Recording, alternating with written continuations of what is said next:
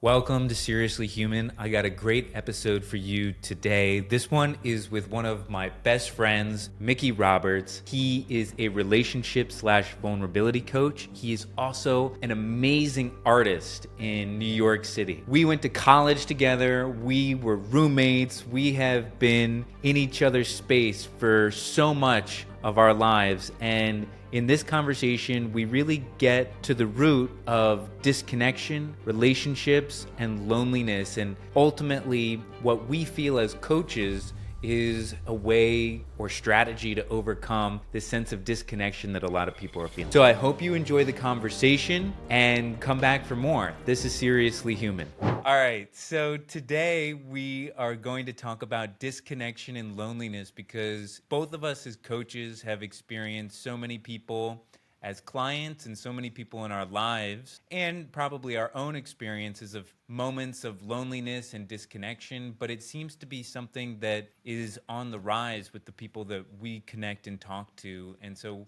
we're here to share insights with each other and insights with you. So if you like what we're saying and you have an insight, share it with us. You can put it in a comment to this. But first, the first comment I want to hear is Mickey's. So, dude, tell me about your experience with other people's loneliness, and if you could get specific and define what you mean when you say loneliness, because people may have different definitions of what that is, and where do you think the source of that comes from?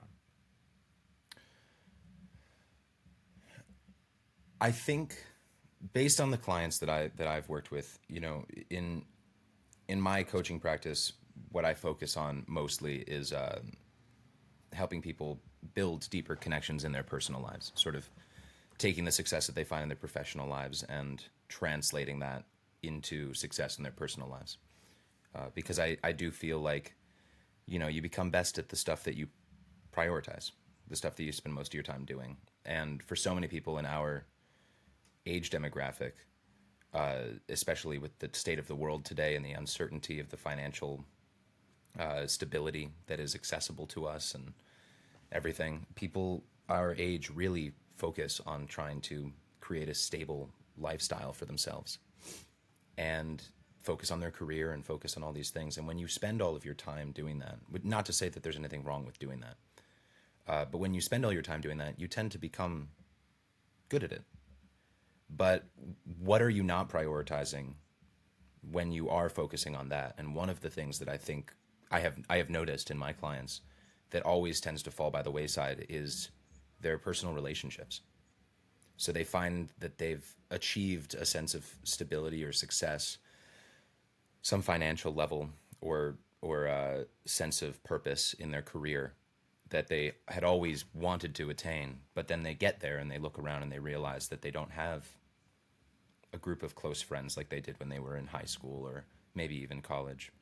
They don't have a partner to share it with. They don't have these things that they kind of took for granted for a long time.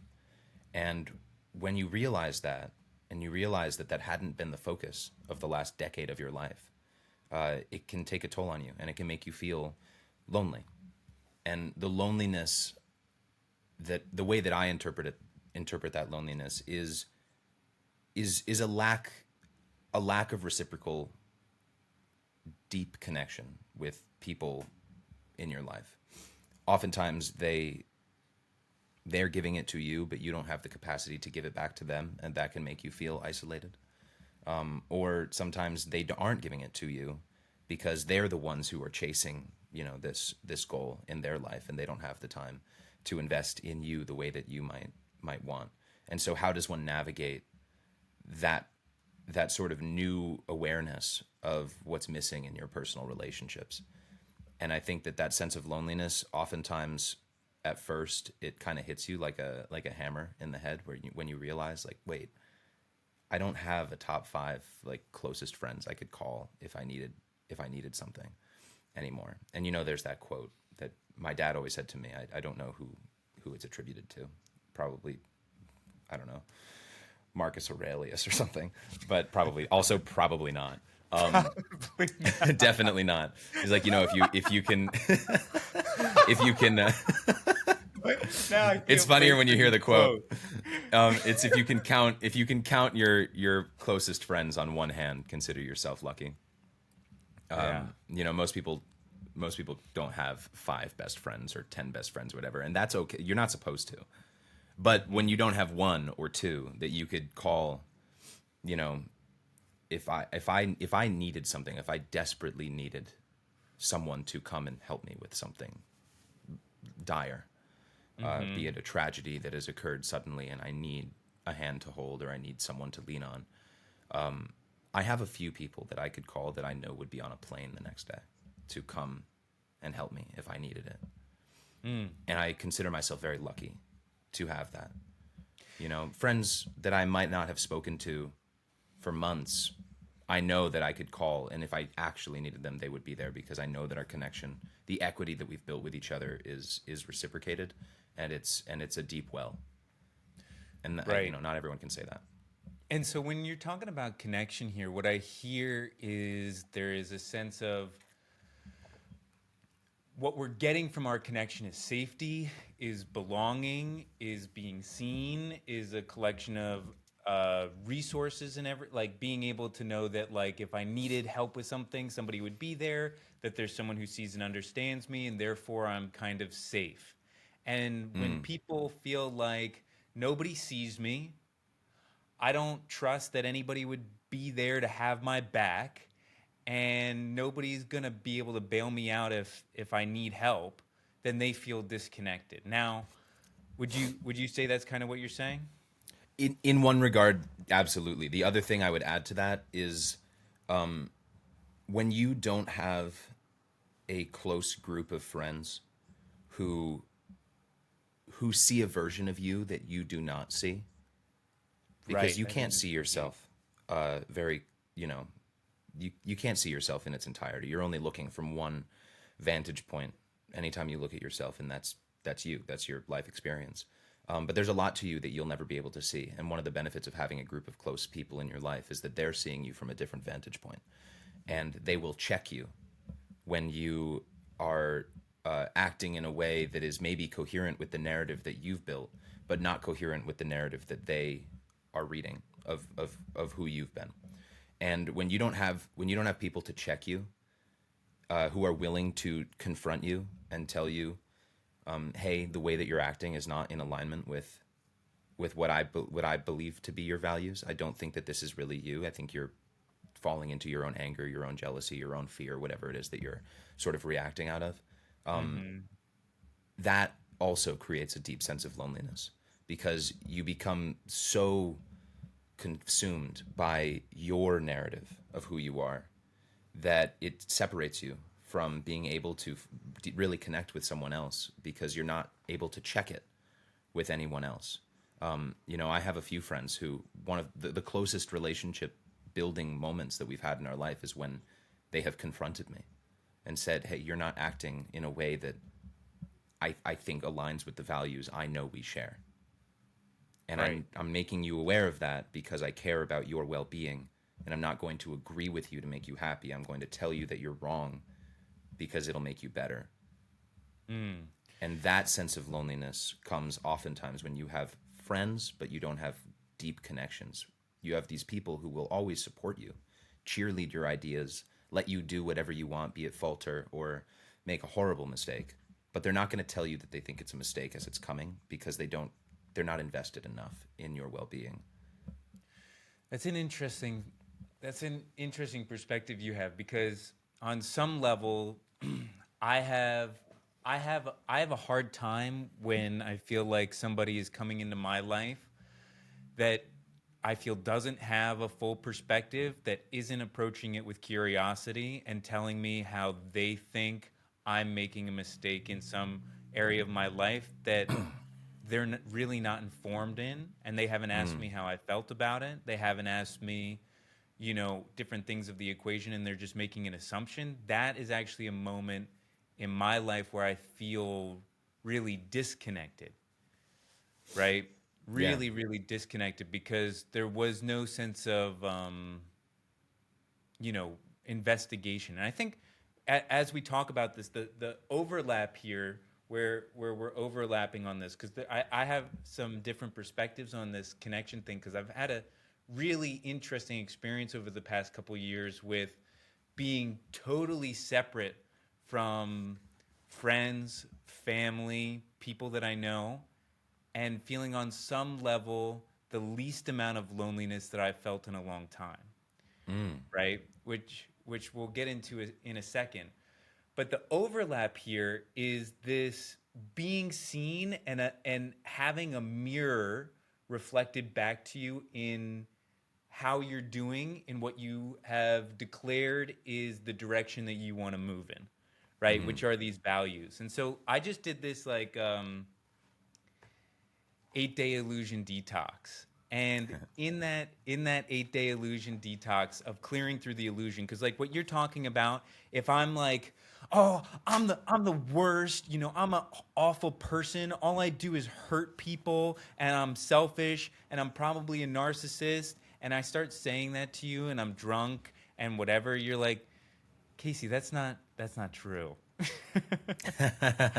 Right? That's not true. This is some sort of illusion, some sort of story that you've created for yourself to fit some sort of narrative to elicit pain in your body for one reason or another that we're Yeah. not aware of right now at this moment. Or to But that, pre-justify future actions that you know you would be in conflict with had you had the clarity of mind, but because you create a narrative that supports actions that you might not necessarily see as aligning with your values, you make it easier to fall into them because you've created a story that the kind right, of person you are does make those mistakes, and it makes it easier right, to do it. I'm not a morning person. That's something I hate when people say, "Oh, I'm not a morning right. person." It's like, well, now you have license to not be a morning person because you've declared it as something that defines you. But Exactly. you can say the same thing a different way. It's the other thing that when people Hold on, say my like, computer's gonna die. I'm so sorry. no worries. I'll just talk to the plant in the background. Hello, everybody who's listening. As I said in the beginning, my name is Mickey, and it's wonderful to have you here. And there, he's back. I don't have to. Okay. I don't have to steal all of your attention anymore. What I That was saying is the other thing that people say that drives me nuts is when they say like, oh, like I'm having such a bad day, and I'm like, it's 11 a.m. right. The day has only just begun. You maybe had a bad morning, and you can admit that to yourself, but don't claim the whole day as being bad when it hasn't even been halfway through, you know? Right. And so the question is that story serving you or not? Right? And the thing is oftentimes we create those stories to push us in some sort of direction that we think is leading to an outcome that we want. Right? Like subconsciously, if I create that narrative that I'm a bad person and everything, it could be serving me to justify a future behavior, or it could be my own tool to, get me to attempt to correct the behavior because that's the only way that I know how. Well, Whether it also alleviates the pressure of having to correct the behavior when you create those narratives because you give yourself permission to not be better in that moment. And it is what serves you in the right. short term. It serves you. Right. And so ultimately, what, like, to kind of clear through this, it's, well, one of the, basically, what we do in the 8-day illusion detox is we get really clear on what our intentions are, our values are, how to prioritize those values, and what behaviors we're going to tie to those values. That if I do these behaviors, X, Y, and Z, that means I'm living in alignment with that value. And so whether I feel like it or not is irrelevant. It's if I've been doing the behaviors that I've associated in our alignment with that value. Now, how does this come back to connection and loneliness? When I do that, when I do those behaviors, what I have found is that my need for connection, my need for the mirror isn't as present, right? I'm not existing in this black hole looking at these fluctuating factors in my life to mirror something back to me, which that mirror may be distorted from someone else's perspective. But if I'm looking at this mirror of like, I am doing, I'm connecting to myself and doing the behaviors that are in alignment with the values that I've set in the order of priority that I have set them towards the intention that I have set, which is the intention is like what I want to give to this world in the direction that I want to give it, right? Then I feel incredibly connected with myself. And so something that you guys missed that Mickey brought up before, this great concept of the love bank, he was talking about how like all of these people in our life are love banks, and we make deposits and withdrawals from all of these different people. And sometimes when we're feeling in this space where we have no reflection of ourself, where we've lost our sense of self completely, we go and we withdraw all of our money from these banks, but we're already over, like we didn't make any deposits, so we're going into debt with these people and we can't pay back the loans and we feel shameful and we go into this hole. Well, where did that all come from in the first place? Why did we need to take out the loans? Well, it's because we didn't know how to generate the money and make the deposits into our own bank in the first place.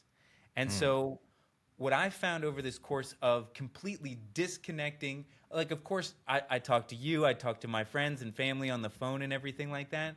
But for the most part, like being in a monastery or being, doing Muay Thai or climbing a mountain or being in a country where I don't speak the language with anybody and I don't have any friends and feeling the most connected is because I was forced to make that connection with myself. And I think that we can get that from other people and everything like that. But I think on a huge level, we have forgotten how to connect with ourselves in a way that I never need to take a loan again from the connection bank where I'm actually, making like tons of deposits, making investments, and making a withdrawal not because I need to, but because it's nice to receive sometimes.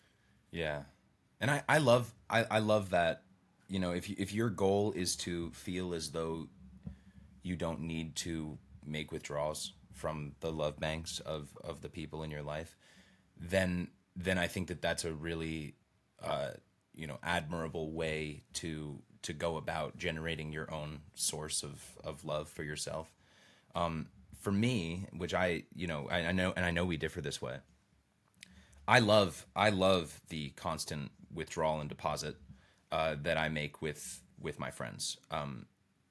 I enjoy the connection that it gives me with the people that I really care about, to be able to invest my love into them and into their life, knowing full well that that investment is going to be a good one, because I know that it's always going to be reciprocated. And that, to me, it's less of like I am finding a source of love in others because I can't generate it for myself, and more that I am investing in others' lives because it enriches my life experience with my connections.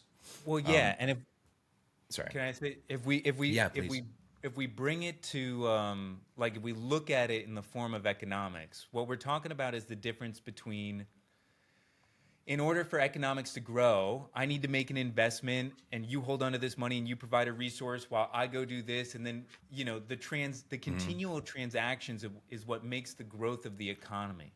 But when we're Yeah. making a transaction without the intention or mindset to either grow this relationship together in a direction, if we're not doing it to grow, but just to survive, right? That's when people are going into debt, governments are going into debt, et cetera, and we get into this lack cycle, which I Well, think it's also when you lose when you start to put a lot of pressure on your relationships, and it right, becomes very apparent how deeply you've built these relationships, or how deeply you haven't built them, is yeah, when they're under that pressure. And there are people in my life who need to withdraw from my love bank with them because they need it. They really need it right now. And I am fortunate to be one of those people who has a surplus of liquidity in my love bank, because I have so many other people constantly making deposits in my love bank, that I can take from them and from the overflow with them and give it to them, give it to this one person who really needs it, without any Right. expectation of them returning it.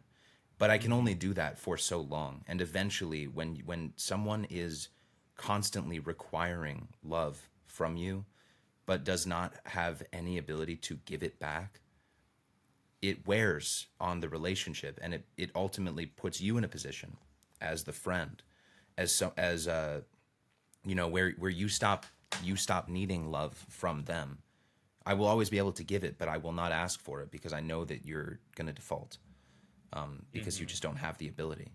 And that kind of one-sided relationship becomes very difficult for the person who's needs it, because they're desperately begging for closeness, but they're doing it in a way that's actually having an adverse effect and pushing people away, because they will give it, but they will not ask it of you. And when you're not needed by other people, it's one thing to know that you have the support of the people that are around you, and most of the time you do.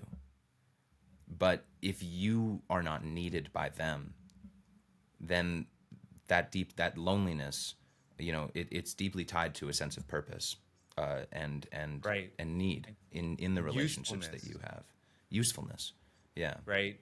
When you don't And feel useful to your friends, when you don't feel needed by your friends, that's very difficult. But it can be altered once you're aware of it.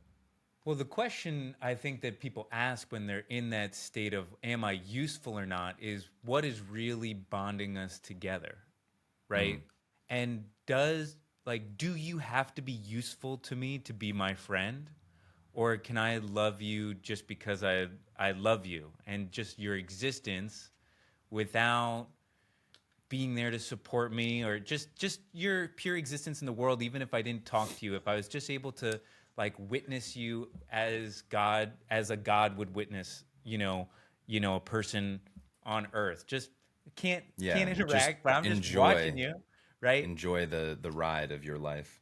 Right. Can we it's if it's hard for you to believe that you could even if you can't even have that for yourself, right? If you can't enjoy the witnessing of yourself, then you could never even, or the witnessing of someone else, right? Then you could never imagine someone being able to have that towards you, right? That whether you are giving them something, scheduling their birthday party for them, or like doing some grandiose thing for them of like, oh, I really, helped them out in this time and this, that, and the other thing, and having all this like emotional leverage on someone. Can you imagine that they would love you and connect to you and feel, indebted to you, not because they are or you did something for them, but just because they love you that much, right? And what do you think about the existence or the possibility of those kinds of relationships in life, and why people may feel resistant to that or that they don't exist? I think that a lot of those kinds of relationships tend to come. I don't know if you can see my cat in the frame right now, but here he is. He's just hopped on my lap. I think the existence of those relationships, again at my age now, have come from a deep investment in the past.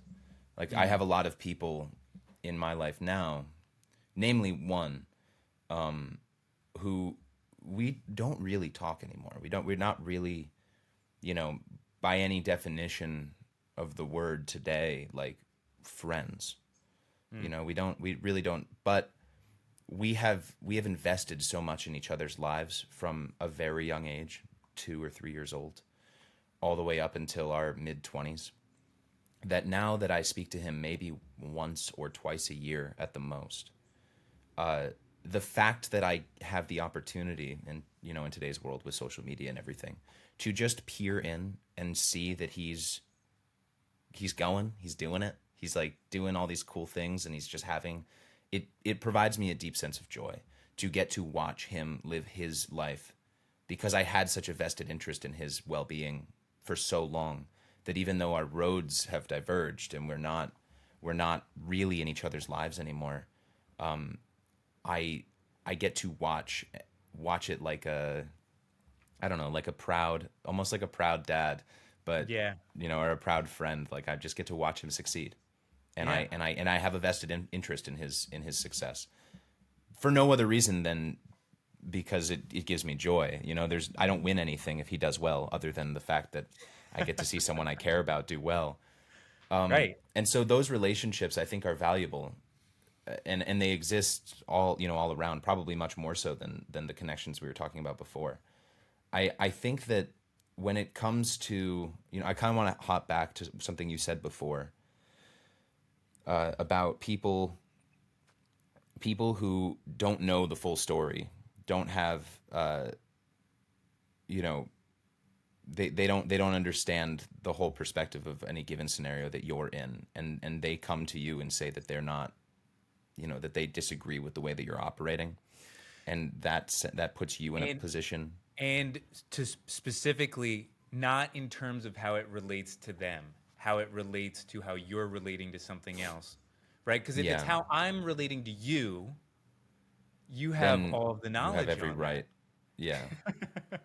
So continue.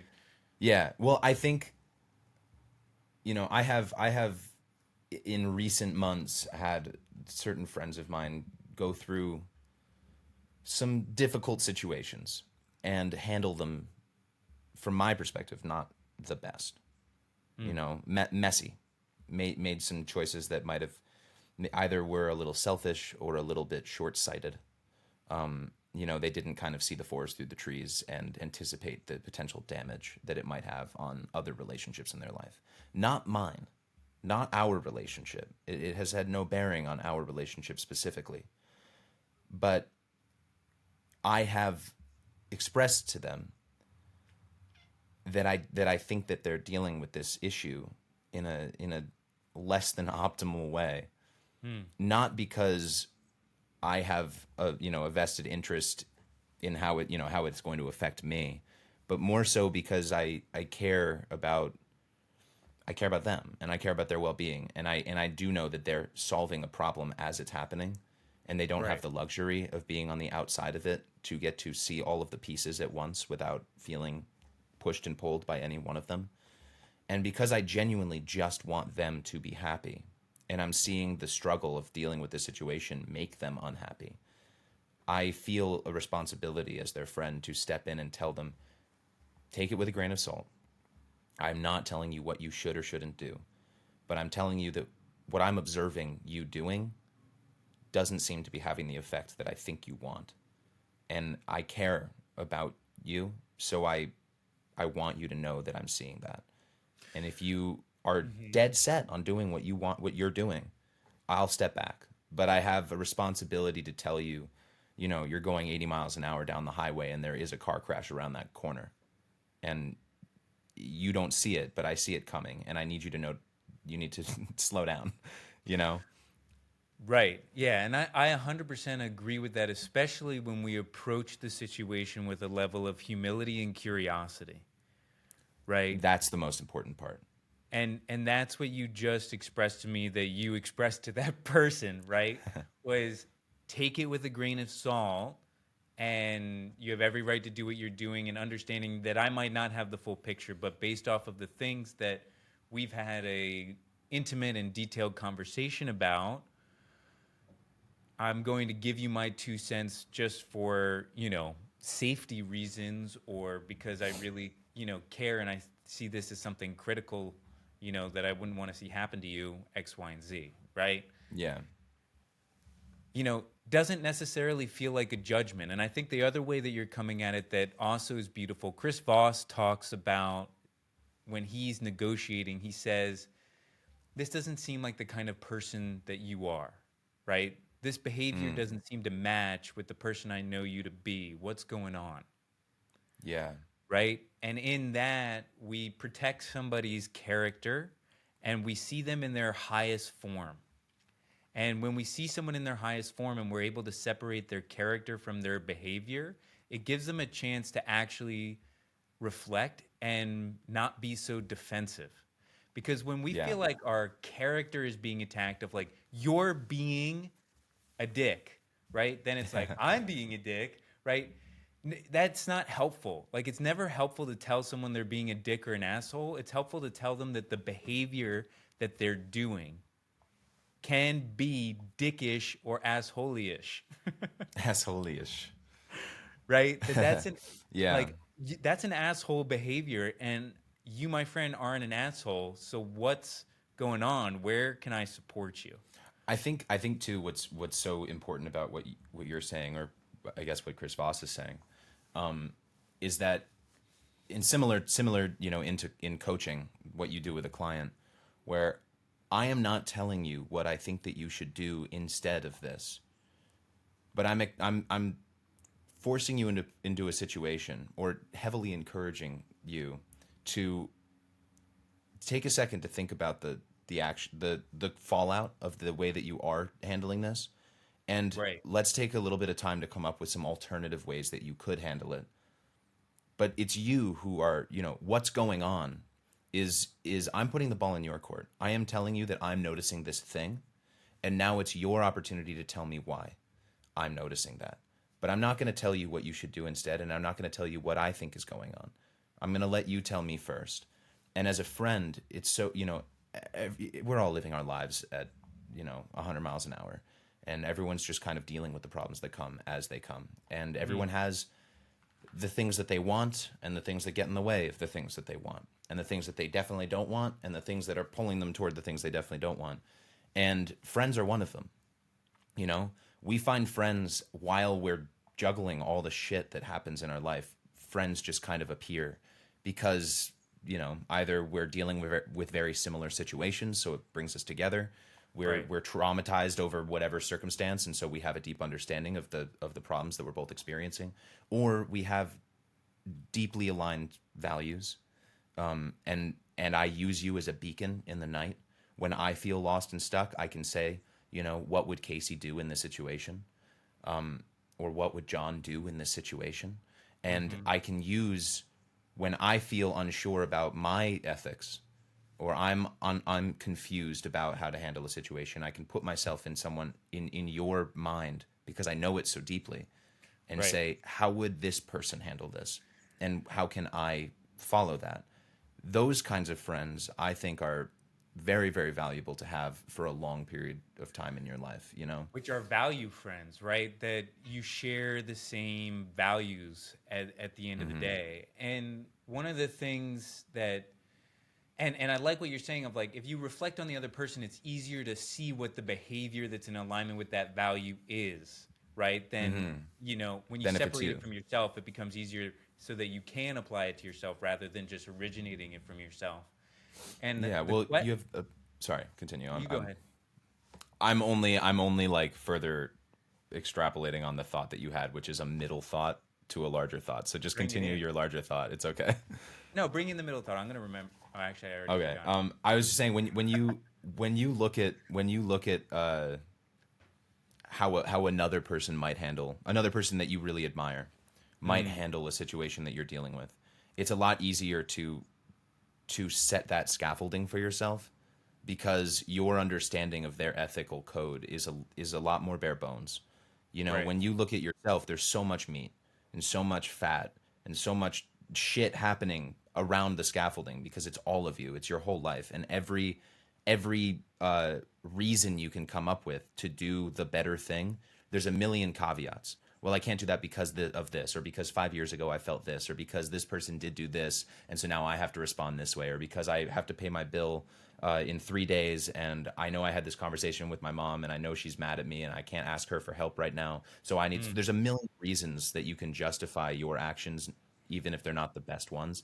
But when you put yourself in someone else that you admire's shoes, you don't know all of the things that are going on in their life. You know the basic reasons that you admire them, and so it's a lot easier to see it through that skeletal filter. That yeah. is just it's cleaner, and Yeah. it helps you navigate your life when you can navigate it as someone that you look up to. I 100% agree. And something that I really start, you watch these movies where like especially historical nonfiction, where these people, these historical figures, in these situations where the consequences were so severe, stuck by their values at the end of the day. And, it worked out to a certain degree because we're watching a movie about it, right? Yeah. Like it Yeah, might it's not have. 2 hours long and it ends when they're 40. And you're like, okay, well, I wonder how that went when they were 70. Right, but what I'm getting at, and what I started to have an inquiry in myself about, is what are the values that no matter what the consequences, I have stuck by, or I want to always stick by, right? And as I investigated what those things were, I then my next level of inquiry was like, how can I define them as specifically as possible, right? So that it's so crystal clear that I know that value inside and out. And it is a sculpture. It's not a lump of stone. It's a sculpture. There's no excess fat on that anymore. And then when I do put it in order of priority, recognizing that,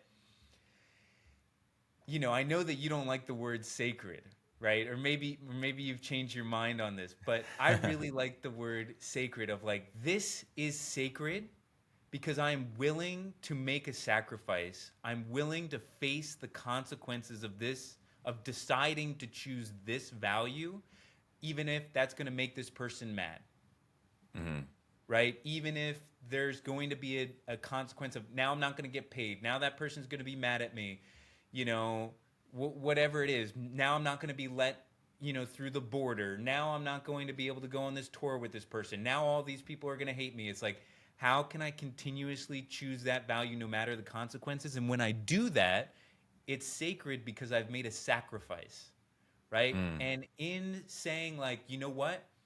The value of honesty is worth people being mad at me. I've communicated now to myself and to the universe that honesty is something sacred for me.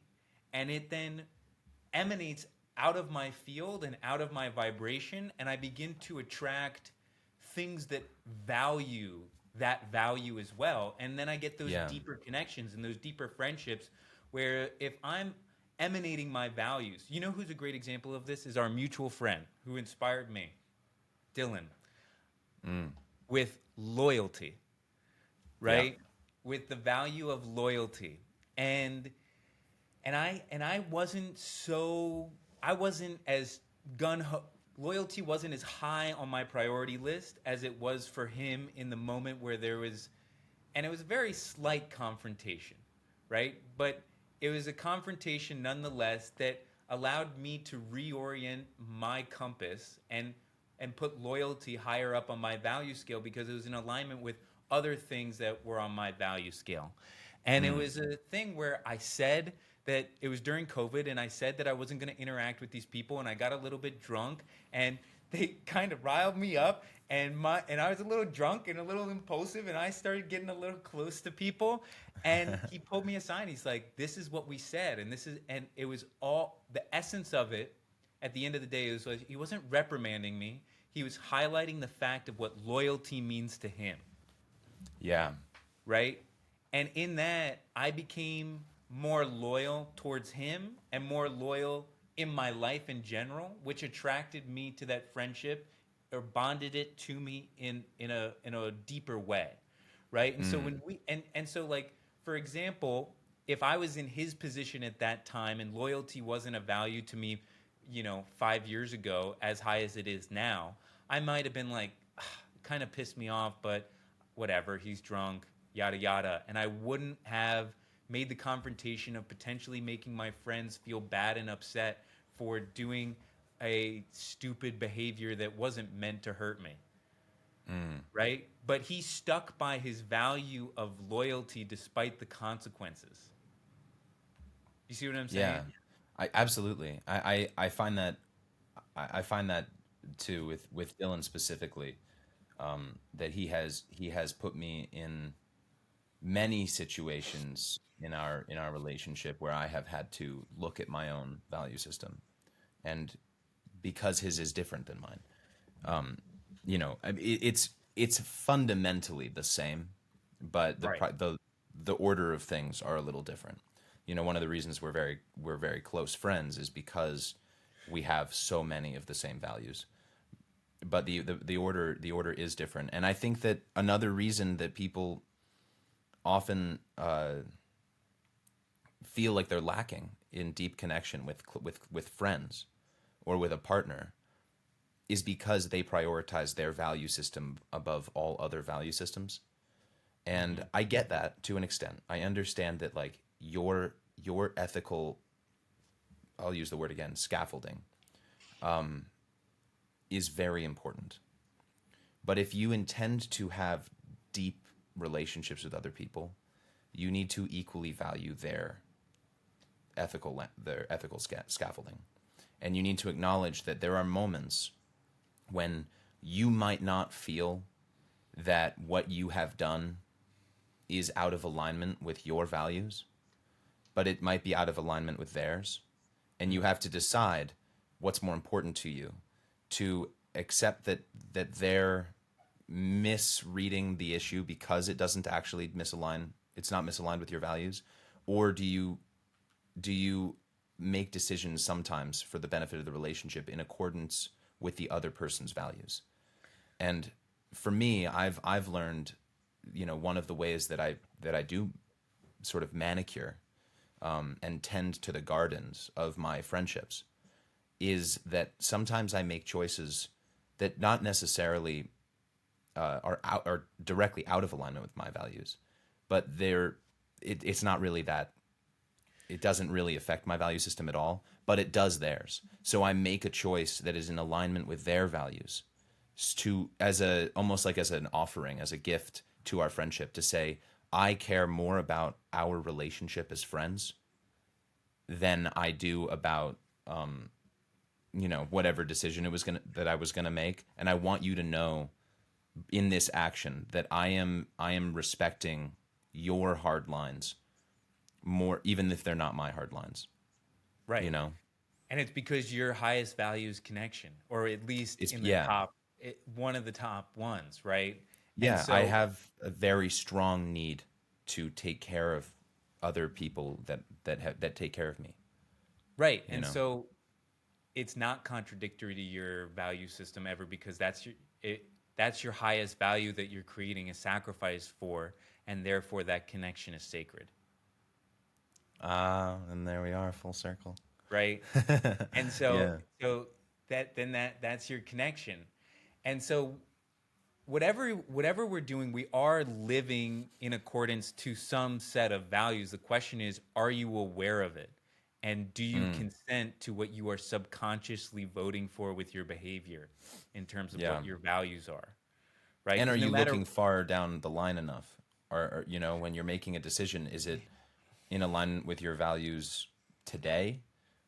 And it might not be in a week's time, or what your larger goals are, the things that you really want to be, right? and how far are you willing to look over the horizon at yourself and see and make sure, like, this might not be right for me at the moment, but it will be right for me in 5 years.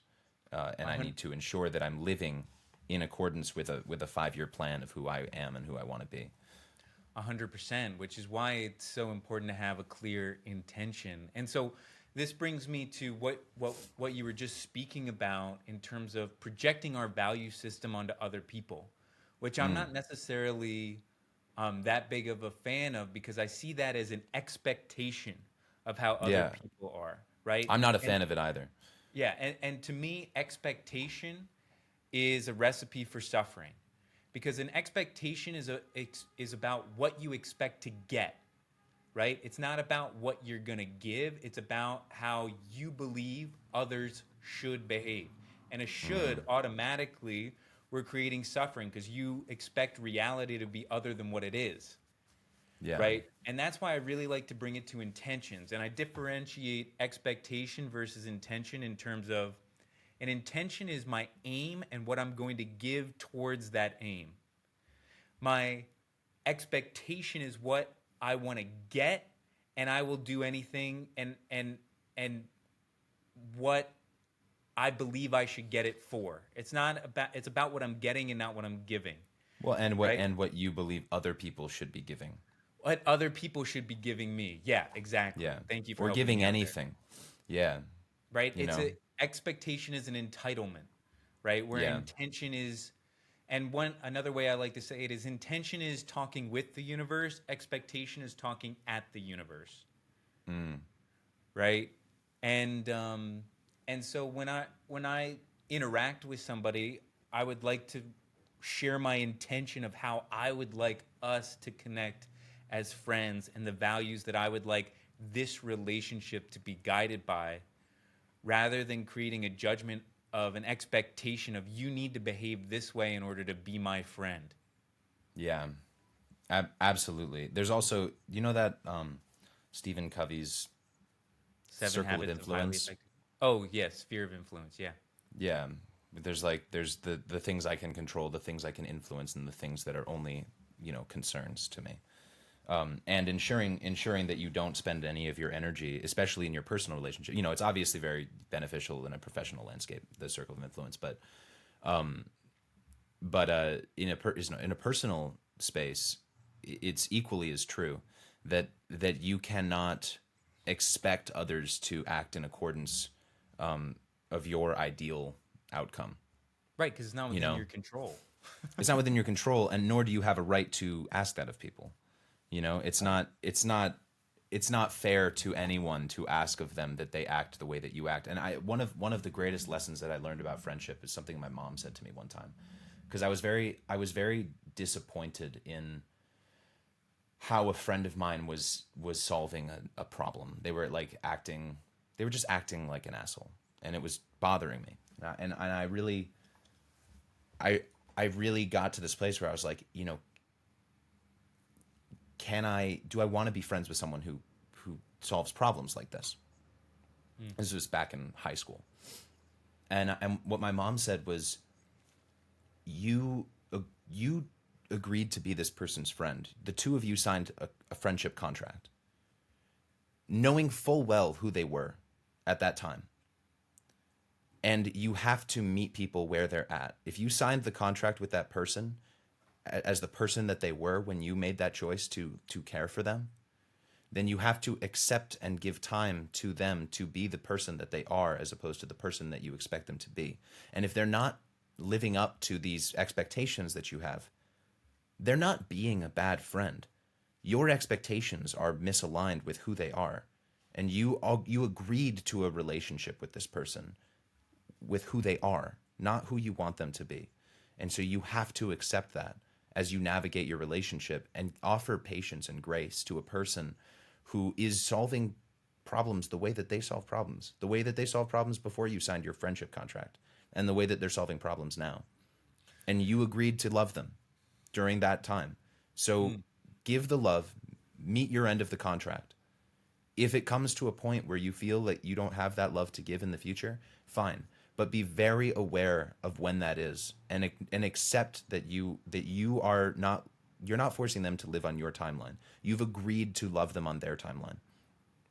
Right. And that is a choice that you made. And it has really affected how I deal with most of my relationships now, because it's true. I agree. I agreed to love a three-dimensional human being who has come from a number of life experiences that I don't know about. But Yeah. that comes with the package when I agreed to love you. And I will come to learn them, as our relationship continues. And I might not like all of them, and some of them might be a surprise to me. But they were already in the package when I agreed to this relationship. I just didn't know about them yet. So I have to honor my end of the contract, even if I'm finding things that I don't like. Right. You know? And the way that I see that is, I love the term contract, right? Because it is a contract, and the contract that you're making in a moment like that is, I am making the contract to be curious and understanding and give you the love and see you in your highest form, even when you cannot and others can't. And I will extend that as far as I can, without compromising my health, well-being, and safety, unless it's a life or death matter for you, right? And then I might be willing to compromise that. If someone's going to shoot you and I need to get involved, right? That's a totally different thing. But that's the way I kind of keep it in a order of balance. Like I have relational priorities, I have self priorities, and I have character priorities. And when it comes to relational, I have to give myself first the energy so that I have the surplus of love, like you're talking about, to really see you when you're in that place where others would deem, and not you, but anybody, deem in that place of unlovable, right? Because when someone is in that place of unlovable, it means that really they're holding an amount of pain that other people aren't comfortable holding as well.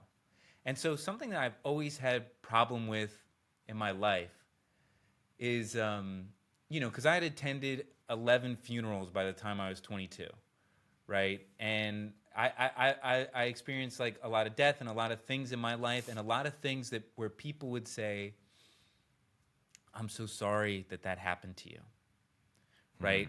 And in that moment, and that sounds like a beautiful thing, but at that point in my life, I had a really deep resistance to it.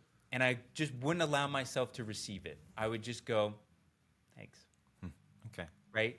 And it would be shields up. Because what they were passing off as compassion to me was pity and judgment that what I was experiencing wasn't exactly what I should be experiencing, that it wasn't perfect.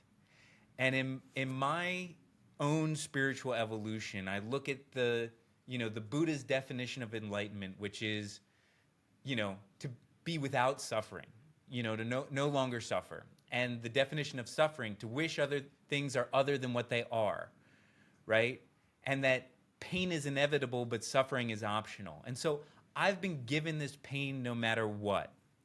And to help me not suffer is to help me love what was inevitable.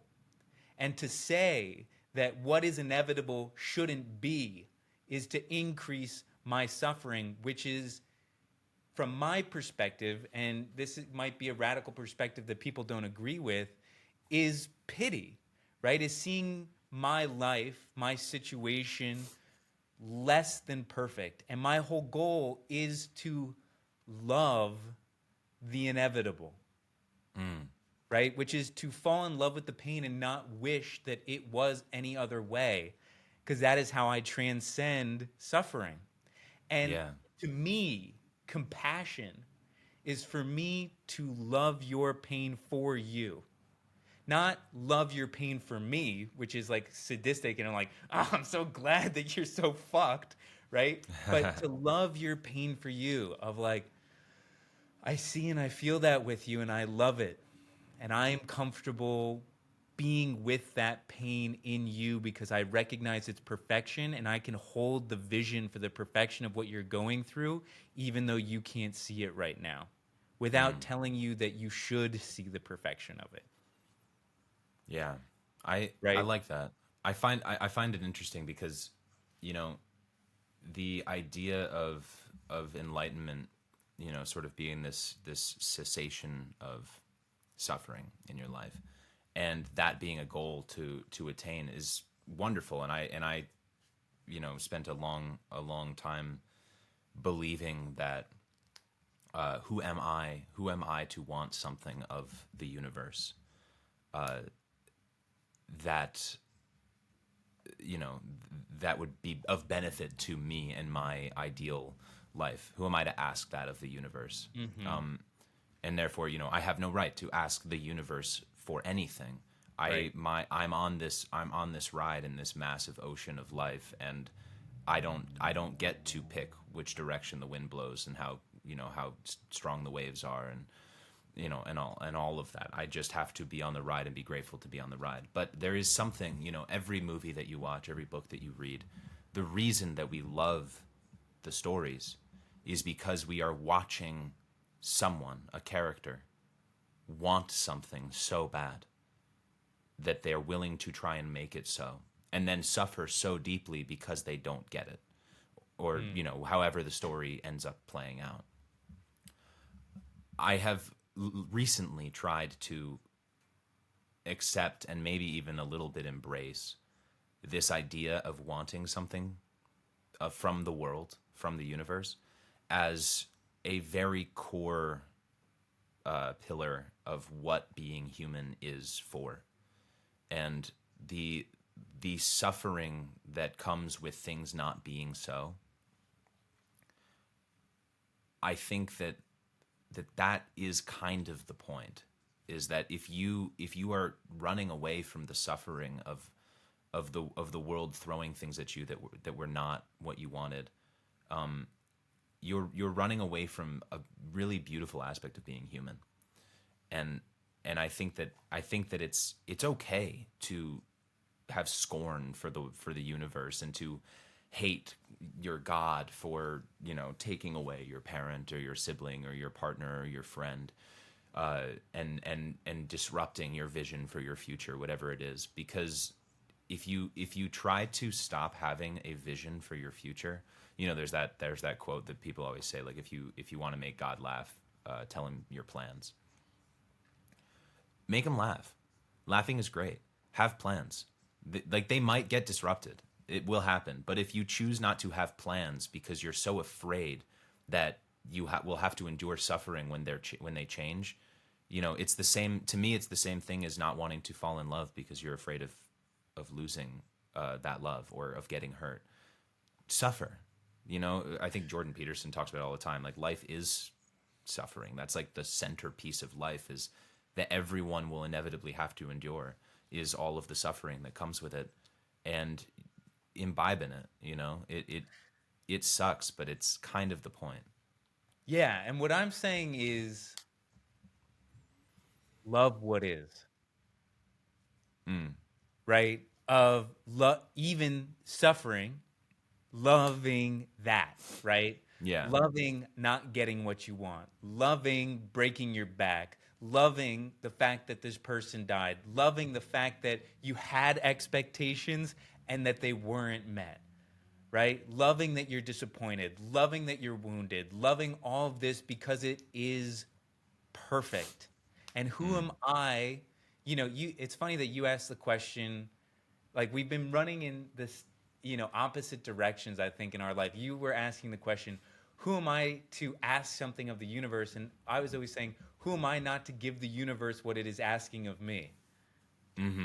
Yeah, for Right? sure. That's like the through lines of the two of us for the last 10 years, for sure. Right. And what I saw the universe as asking from me is to love what it is.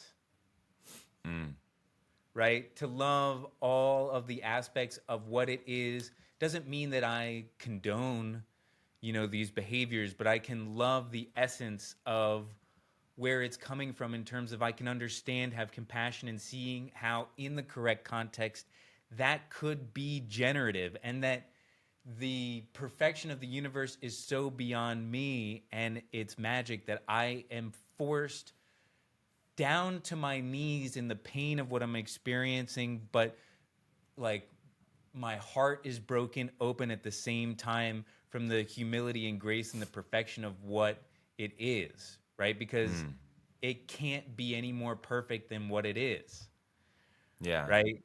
Well, And it's like, no matter how much pain and no matter how much suffering you're enduring at any given moment, maybe it's just inconsolable. It's unfathomable, the pain that you're holding in your body. It just feels like you're going to explode because you can't contain it. It's still better than being a rock.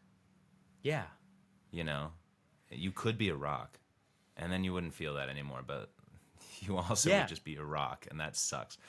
Like, Well, who I knows? just, Some people say that rocks is the highest state of consciousness. yeah, those people, I'm sure we'd have a really interesting conversation with someone who thinks that they would prefer to be a rock than a person. I know lots of people. You know? Let's bring one on. I'd love to talk to them. Yeah, but That's but very the funny. I think the thing that I'm getting at is, like, there's also, like, I don't think that we're in disagreement at all, right? Because what you're talking about is don't allow the fear of suffering to stop you from experiencing the beauty that life has to offer. Well, And it's the same. It's the same thing. Sorry, I don't want to cut you off and before I what change what the. I'm saying is experience the suffering and the pain as the beauty that life has to offer, which it's the same thing. Yeah, no, It's I just the completely order of agree. the words. Yeah, it is. It's the same thing. We've always sort of felt, we've always sort of come to the very similar, if not the same, conclusions, just from the opposite side of the coin. For most of any of these discussions that we have, because I think, once you start talking about these kinds of things with friends or whoever, it's it's pretty ubiquitous, the goals that people have in life.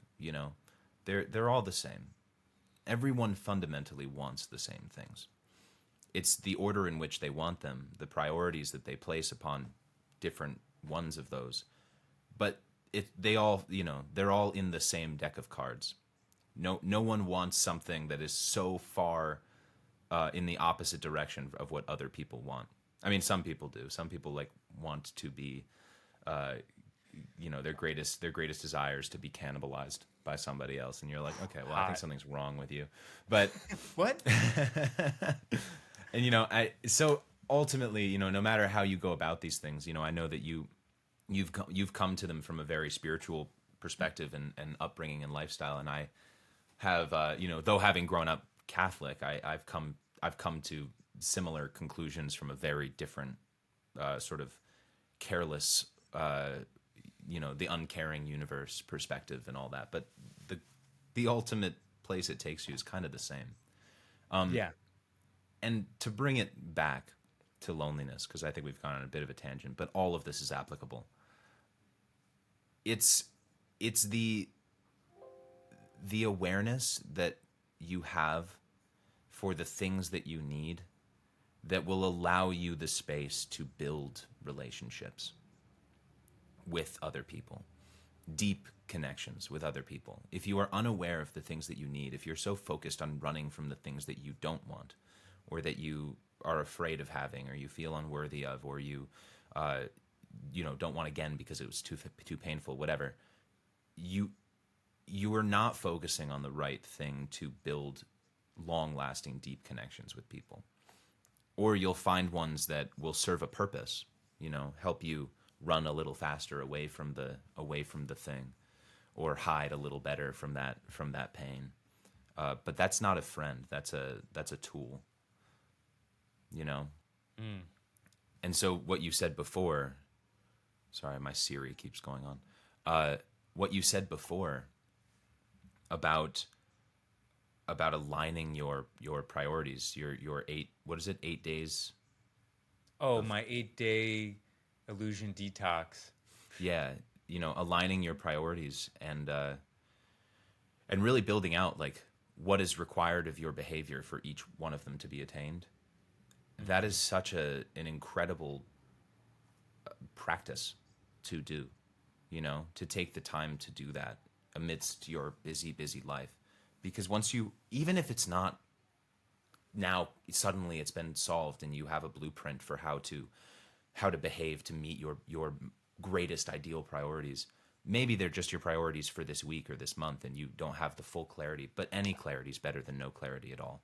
And if you live in this busy, crazy world and you feel like you're alone, that feeling, once you're aware of it, is a choice. Anything that you're feeling that you're not aware of, you're just feeling the consequences of the deeper sensation, but you're not aware of what it is. That's happening to you, and I have full compassion for that when it's happening to someone. It happens to me all the time, and people I love. But the second you're aware of it, now it's a choice, and now you choose to continue to feel it because you choose not to do anything about it, either because you don't have the tools, or because you're scared, or because some part of you likes it or feels like you deserve it. But every time you choose to stay in it, once you become aware of it, you are choosing that thing.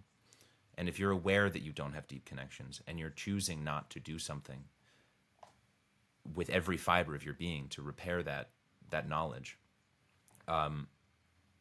then you have to deal with the fact that you might not want those connections or feel unworthy of them, you know? And I would say like what you're saying in that, if I'm not choosing to move beyond it, is I'm enjoying this distorted reflection of self that I've created. Right? Because like what we said in the beginning is this connection is all looking for an accurate mirror of the essence of who I am. And when we get into that state where nobody else is willing to give us a mirror because we're so caught up in the reflection of this distortion that we've created. We have this like funhouse mirror that's all distorted, that we've drawn things all over, and we're obsessed with it. And we want other people to add to our mirror, but they won't. And that's why we feel lonely. And we're not willing to let go of our mirror to look at their mirrors, which aren't as distorted in terms of the version of ourself. And the 8-day illusion detox is how can I clean my mirror every 3 to 6 months by getting that organized, and then enjoy their mirrors, which may be a little distorted as well, right? Because they don't have the full picture, but make sure my mirror is clean. And so if your mirror is really dirty, one of the first things to do is to get away from it and focus on something else, right? Where your perception can be recalibrated away from the distortions that you are creating in your internalized world, right? Because I would say loneliness is an internalization into a distorted reflection of self that then you can't escape, and you're unwilling to escape because you think you can fix that distortion on your own. You need to go out of yourself and be recalibrated. One of the best things when I've experienced that is to go help someone else. Like the best thing to do when you feel helpless is to be helpful, Yeah. right? And in that helpfulness, you then will receive a recalibration of your perception so you can clean the mirror of distortion internally, Yeah. right? And if you're unwilling to clean it and you want people to see your dirty mirror and no one's willing to see it, that's when you feel all alone.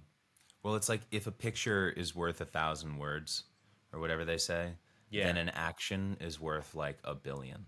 And Right. you are never going to solve your problems with your thoughts. Right? It's never going to happen. You have to solve your problems with action. In the same way that what you just said, if you feel ugly inside, go do an act of service. That feeling will dissipate almost instantaneously. Not forever. It won't go away forever. It might come back the second you come back home. But for that time being, you'll be surprised to find how a simple act of service, go volunteer at a soup kitchen for 2 hours on a Sunday morning, or do whatever little simple thing you can do, fold your roommate's laundry, whatever it is, it doesn't matter. Right. That little action, you'll suddenly realize like, oh, that ugly thing inside clearly has no power over the positive effect I'm having on someone else right now. Right. And it keeps you from being able to convict yourself beyond a reasonable doubt. Right? Yeah. Because when you don't do the action, there isn't a reasonable doubt that you aren't what you say you are in your form of isolation. But in that Yeah. moment, it's beyond a reasonable doubt if your character is despicable, if you just went and helped these people and they got so much value out of it. Yeah, there's no evidence to disprove it unless you go and make the evidence. Right. No matter how much the distorted lawyer tries to make their case of they didn't really mean it and everything like that, it's not beyond a reasonable doubt. And so, And well, this is conviction won't stand. a huge thing a huge thing when it comes to loneliness too. And I said this once before on another podcast, like years ago, but I think about it all the time. Is you have all of these ugly parts of you that you deem ugly because they don't align with your sense of self, what you think you are. And there's a million parts of the emotional spectrum that you might experience more than you'd like to. jealousy or rage or whatever it is that you're experiencing, that you're like, that's not me, I'm not that person. And so you push it away. Firstly, you are that person. That is you too. So the more you say that that's not you, the more you are Creating a aggravating distortion. that sense of, yeah, you have to love that part of you too and acknowledge that it's there. But secondly, when you have all these other parts, these ugly parts of you, and you hide them and you don't share them with the people that love you the most, with your friends, then nobody knows that they're there except for you, and you hate them. So the only thing that those parts of you know is hate, because you're the only one who knows they're there and you despise them. But when you let someone who loves you, despite or because of or as well as the ugly parts, then even when you hate them, they will love them because they're part of you. And then all of a sudden, those ugly parts that you have been hiding for so long know love because you've let someone else see them. And they love you anyway. So suddenly you get to look at them and say, well, if Cayce loves them, or Cayce loves me, and he knows they're in there, and he loves me anyway, he loves them a little bit. Now I get to look at that through Cayce's eyes and hate them a little less, because suddenly you've shown to me that they are lovable, that they can be loved. And I think a lot of people push away the opportunity for connections with people because they're afraid that they'll lose them if that person gets to know who they actually are, or the parts of themselves that they're so scared to share. And so they'd rather keep themselves, those parts, at a distance, so no one sees them, instead of allowing someone, just take the risk of letting someone see them. More often than not, if they love you already, they will still love you once they see them. Amen. And so with that, Amen. oh man, with that, I just want to say that I love you, and that I think I love you, and that I think that we should leave it on that because that was so beautiful. Oh, okay. Yeah, absolutely. Where are we at? An hour and 12. Crushed it. Crushed it. Crushed it. We have to do this regularly. Yeah, why not? Let's do Yeah. it. Well, we'll see. Everyone who listens to this, you tell us. Should we never do this again? Was it terrible, or should we do it more? And if you comment one way or another, we're gonna keep doing it, even if Yeah. you say, "You guys suck." We're like, "Yes, Yeah, we're like, heck yeah. we love Interaction. you, man. We love you despite the ugliness you see in us. We love your ugliness." Hell yeah, brother. Hell yeah, brother. Dude, All I right, love you man. very much. Yeah. Love you too, I man. will talk to you in the future. Love, love, love, everyone.